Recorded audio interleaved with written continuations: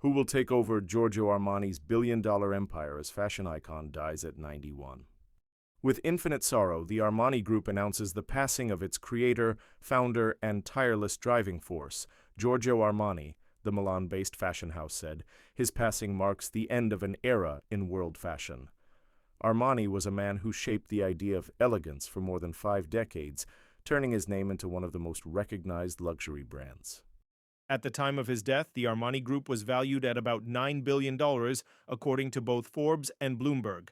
The company built its reputation across a wide mix of lines: haute couture, ready-to-wear, perfumes, accessories, even hotels and home interiors. Unlike most big labels, Armani kept full control, choosing not to sell to conglomerates. He was the sole shareholder, which gave him a rare freedom to keep a strong hand on creativity. Giorgio Armani's own fortune was estimated differently by outlets. The Bloomberg Billionaires Index put his personal net worth at $9.4 billion, while Forbes listed it closer to $12 billion. His money came not only from fashion, but also from hotels, design ventures, and licensing. Armani regularly ranked among the world's richest designers and one of the wealthiest Italians overall.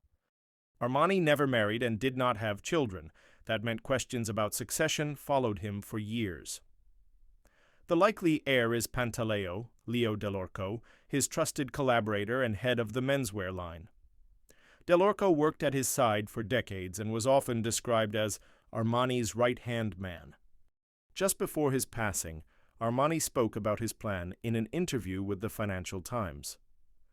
"My plans for succession consist of a gradual transition of the responsibilities to those closest to me, such as Leo Dell'Orco, the members of my family, and the entire working team," he explained. Armani was born in Piacenza, Italy in 1934. He started as a window dresser before moving into fashion with Nino Cerruti. His big breakthrough came in the 1980s with unstructured, modern suits that changed menswear and caught Hollywood's eye.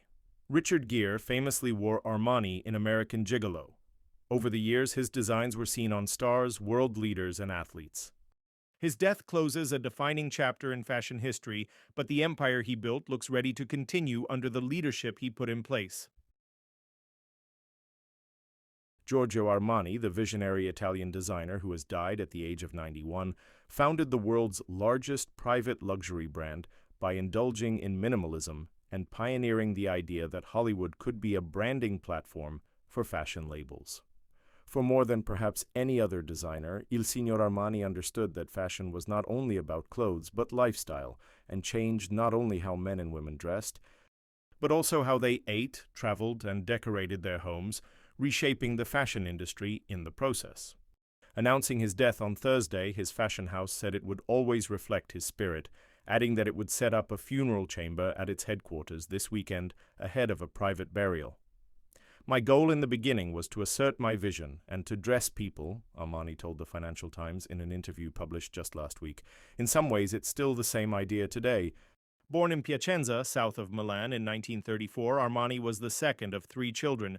His family moved to Italy's fashion capital in the 1950s, just as he dropped out of medical school and joined the design team at luxury department store La Rinascente as a window dresser. Despite lacking a formal fashion education, he went on to design for Nino Cerruti's Hitman before founding his own fashion house in 1975 alongside architect Sergio Galeotti.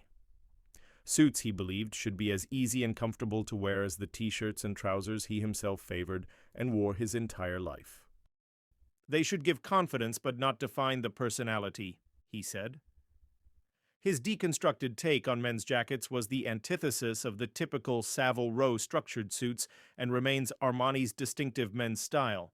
His breakthrough came in 1980 when he dressed Richard Gere in the film American Gigolo. In 1983, Armani opened an office in Los Angeles, the first designer to do so with the specific aim of dressing celebrities. His suits became the uniform of Hollywood studios, while his beaded evening gowns were ubiquitous on the red carpet, thanks to acolytes including Angelica Houston, Jodie Foster, and Michelle Pfeiffer.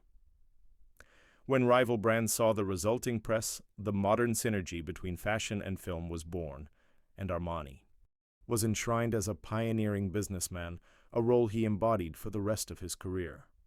Armani used to say he would not have become the man and designer he was without the influence of